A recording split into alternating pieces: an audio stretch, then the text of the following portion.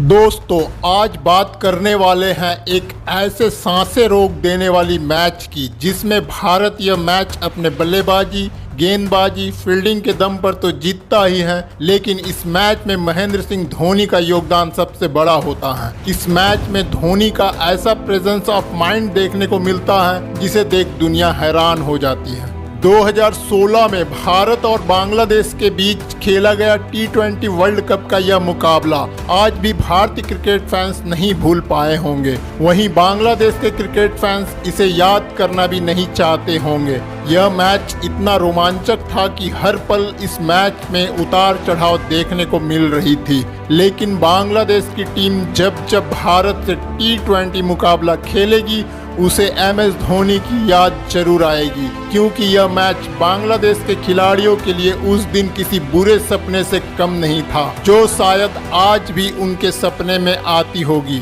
ऐसा क्या हुआ था इस मैच में, उसके बारे में तो बात करेंगे ही, लेकिन दोस्तों उससे पहले आप लोगों से एक रिक्वेस्ट है कि अगर आप लोग इस तरह की वीडियो को देखना पसंद करते हैं तो इस वीडियो को भी एक लाइक जरूर कीजिएगा और साथ में हमें सपोर्ट करने के लिए हमारे YouTube चैनल को भी सब्सक्राइब कर लीजिएगा। T20 वर्ल्ड कप 2016 का 25वां मुकाबला। इस रोमांचक मैच को 23 मार्च को भारत और बांग्लादेश के बीच बेंगलुरु के चिन्नस्वामी स्टेडियम में खेला जाता है। मैच की शुरुआत होती है और बांग्लादेश टॉस जीतकर पहले गेंदबाजी करने का फैसला करती है, क्योंकि टॉस जीतने के बाद इस मैदान पर हर टीम पहले गेंदबाजी करने का फैसला करती है। इसका कारण है इस मैदान की बाउंड्री काफी छोटी है। इस मैच से पहले बांग्लादेश की टीम ने बेहतर प्रदर्शन किया था और अपने आदत से मजबूर बांग्लादेश की टीम टॉस जीतने के बाद ऐसा दिखा रही थी कि मानो वो मैच ही जीत लिए हो, लेकिन बांग्लादेश की टीम शायद यह नहीं जानती थी कि उनको आज एक ऐसे बुरे दौर से गुजरना पड़ेगा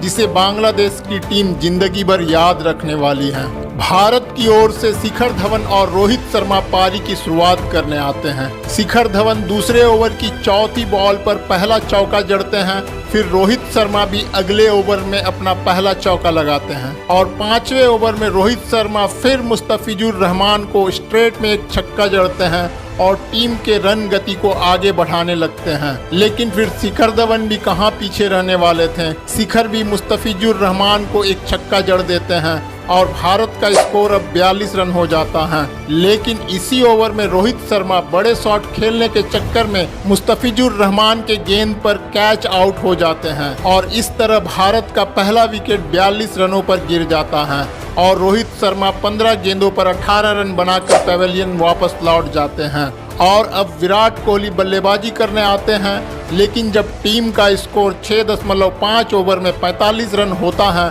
तभी शकीबुल हसन की गेंद पर शिखर धवन भी LBW हो जाते हैं। अब मैदान पर सुरेश रैना और विराट कोहली खेल रहे थे और मैदान पर आते ही रैना आक्रामक अंदाज में बल्लेबाजी करते हैं और एक के बाद एक गेंद को बाउंड्री लाइन के बाहर भेजने लगते हैं और यहां से विराट कोहली भी रैना का बाखूबी साथ दे रहे थे और एक छक्का भी जड़ दिया था। इन दोनों की ताबड़तोड़ बल्लेबाजी से भारत का स्कोर 13.3 ओवर में 95 रनों पर पहुंच जाता है और भारत का रन रेट 7 के पार चली जाती है कि तभी इसी ओवर में सुभागता की चौथी गेंद पर विराट कोहली बोल्ड हो जाते हैं और भारत को अब तीसरा झटका लग जाता है। विराट कोहली 23 गेंदों पर 24 रन बनाते हैं और अब यहां से भारत को बड़े टारगेट के लिए एक बेहतरीन साझेदारी की जरूरत थी और मैदान पर बल्लेबाजी करने हार्दिक पांड्या आते हैं और दूसरे ही गेंद पर एक शानदार छक्का लगाकर अपना खाता खोलते हैं और फिर अगले ओवर में लगातार 2 चौका जड़कर भारत का स्कोर 15 ओवर में 112 रनों तक पहुंचा देते हैं और अब सबको यह लगने लगता है कि यहां से भारत का स्कोर आसानी से 180 रनों तक पहुंच जाएगी, जो कि बांग्लादेश के सामने एक अच्छा स्कोर होगी। लेकिन तभी 16वें ओवर की पहली ही गेंद पर आलमीन हुसैन को एक बड़े शॉट लगाने के चक्कर में सुरेश रैना कैच आउट हो जाते हैं। रैना 22 गेंदों पर 32 रनों की एक शानदार पारी खेलते हैं, लेकिन फिर सौम्या सरकार पांड्या का विकेट भी जल्द ही चटका लेते हैं, लेकिन भारत को झटका तब लग जाता है जब विस्फोटक बल्लेबाज युवराज सिंह मात्र 3 रन ही बनाकर महमदुल्ला की गेंद पर कैच आउट हो जाते हैं और अब भारत का स्कोर 16.4 ओवर के बाद 117 रनों पर 6 विकेट था। युवराज सिंह के आउट होने के बाद मैदान पर महेंद्र सिंह धोनी और रविंद्र जडेजा बल्लेबाजी कर रहे थे और इन दोनों बल्लेबाजों ने 13 गेंदों पर 20 रन जड़ दिया और इसी के बदौलत टीम का स्कोर 137 रनों तक पहुंच जाता है। और अब पारी की आखिरी ओवर बची हुई थी और गेंदबाजी करने आते हैं मुस्तफिजुर रहमान और ओवर की पहले ही गेंद पर रविंद्र जडेजा को बोल्ड कर देते हैं और फिर रविचंद्रन अश्विन की एक चौके की मदद से भारत मात्र 146 रन ही बना पाता है। T20 के लिहाज से 146 रनों के स्कोर को डिफेंडिंग तो नहीं माना जाता है और उस पर से जब बाउंड्री छोटी हो और अब ऐसे में बांग्लादेश की टीम को ऐसा लगने लगा था कि वह इस मैच को आराम से जीत जाएगी और बांग्लादेशी फैंस भी ऐसे में काफ़ी खुश नज़र आ रहे थे। और अब ऐसे में इस मैच को जिताने की जिम्मेदारी भारत के गेंदबाजों के कंधे पर होती है, क्योंकि इस स्कोर को डिफेंड करने के लिए भारत को अच्छी गेंदबाजी और फील्डिंग की ज़रूरत थी। बांग्लादेश को इस मैच को जीतने के लिए 20 ओवर में 147 रनों की ज़रूरत थी। बांग्लादेश की ओर से पारी की शुरुआत करने तमीम इकबाल और मोहम्मद मिथुन क्रीज पर आते हैं और ओवर की पहले ही गेंद पर बुमराह की खराब फील्डिंग की वजह से बांग्लादेश को 4 रन मिल जाता है। बुमराह की इस खराब फील्डिंग से भारतीय फैंस काफी नाराज दिखते हैं, लेकिन फिर तभी कुछ ऐसा होता है जब यही फैंस खुश हो जाते हैं, जब अश्विन के दूसरे ओवर की पहली ही गेंद पर मोहम्मद मिथुन बड़े शॉट खेलने के प्रयास में पांड्या को कैच थमा बैठते हैं और बांग्लादेश 11 रनों पर ही अपना पहला विकेट गंवा देता है और मैदान पर बल्लेबाजी करने आते हैं शब्बीर अहमद। अश्विन के 5वें ओवर में बुमराह की एक बार फिर खराब फील्डिंग की वजह से तमीम इकबाल को जीवन दान मिलता है और बुमराह की खराब फील्डिंग दिखा रही थी कि भाग्य भी आज बांग्लादेश का साथ दे रही थी और इसी ओवर में शब्बीर अहमद अश्विन को एक छक्का जड़ देता है। फिर बुमराह के 6ठे ओवर में तमीम इकबाल लगातार 4 चौका जड़कर रनों के अंतर को कम कर देता है और आज भाग्य बुमराह का साथ नहीं दे रहा था। जहां उनसे खराब फील्डिंग हो रही थी तो वहीं गेंदबाजी में भी उन्हें किस्मत का साथ नहीं मिल रहा था और इन दोनों बल्लेबाजों के ताबड़तोड़ बल्लेबाजी से बांग्लादेश का स्कोर अब 6 ओवर की समाप्ति के बाद 1 विकेट के नुकसान पर 45 रन हो जाता है। जिस तरह से ये दोनों बल्लेबाजी कर रहे थे, मानो देखकर ऐसा लगता है कि यह मैच को जल्दी ही खत्म करना चाहते हैं और भारत के सबसे एक्सपीरियंस गेंदबाज रविचंद्रन अश्विन को भी बांग्लादेश के ये बल्लेबाज आराम से चौका जड़ते हैं और अब मैच भारत की पकड़ से दूर जा रही थी और बांग्लादेश का स्कोर 7.3 ओवर में 55 रनों पर पहुंच चुका था और फिर 8वां ओवर गेंदबाजी करने रविंद्र जडेजा आते हैं और आते ही तमीम इकबाल का विकेट चटकाते हैं। महेंद्र सिंह धोनी ने अपने बेहतरीन स्टंपिंग के बदौलत तमीम इकबाल को उनके 35 रनों के स्कोर पर पेवेलियन का रास्ता दिखाता है। बांग्लादेश को अब दूसरा झटका लग चुका था और शब्बीर अहमद अभी भी बल्लेबाजी कर रहे थे और बांग्लादेश की पारी को आगे बढ़ा रहे थे। शब्बीर अहमद ने अब अटैकिंग पारी खेलना शुरू कर दिया था। लगातार आ रही बाउंड्री के कारण महेंद्र सिंह धोनी ने गेंदबाजी में परिवर्तन करने का फैसला किया और गेंद सुरेश रैना के हाथों में थमाते हैं। उसके बाद कुछ ऐसा होता है इस ओवर में जो पूरे मैच को ही पलट कर रख देता है, क्योंकि यहाँ तक तो मैच बांग्लादेश के पक्ष में चल रही थी, तभी सुरेश रैना के इस ओवर की दूसरी गेंद पर महेंद्र सिंह धोनी एक जबरदस्त स्टंपिंग कर शब्बीर अहमद को पेवेलियन की ओर भेज देते हैं। लोगों को तो विश्वास भी नहीं हो रहा था कि शब्बीर अहमद आउट हो चुके हैं, क्योंकि ऐसा कारनामा तो महेंद्र सिंह धोनी ही कर सकते हैं और महेंद्र सिंह धोनी के इस अद्भुत स्टंपिंग के बदौलत ही शब्बीर अहमद 15 गेंदों पर 26 रन बनाकर आउट हो जाते हैं। 69 रनों के स्कोर पर अब बांग्लादेश का 3 विकेट गिर जाता है। इसके बाद मैदान पर बांग्लादेश के कप्तान मुर्तजा आते हैं और रैना की गेंद पर छक्का जड़कर अपना खाता खोलते हैं। बांग्लादेश का स्कोर अब 10 ओवर की समाप्ति पर 77 रन हो जाता है और जीत के लिए 60 गेंदों पर 70 रनों की जरूरत होती है और लक्ष्य मुश्किल भी नहीं था। 11वें ओवर में साकिबुल हसन ने एक छक्का जड़कर रन रेट को कम कर देता है। उसके बाद 12वें ओवर की पहली गेंद पर रविंद्र जडेजा मुर्तजा को बोल्ड कर भारत को एक बार फिर से मैच में वापस ले आता है, लेकिन इसी ओवर की चौथी गेंद पर साकिबुल हसन फिर एक छक्का जड़ देता है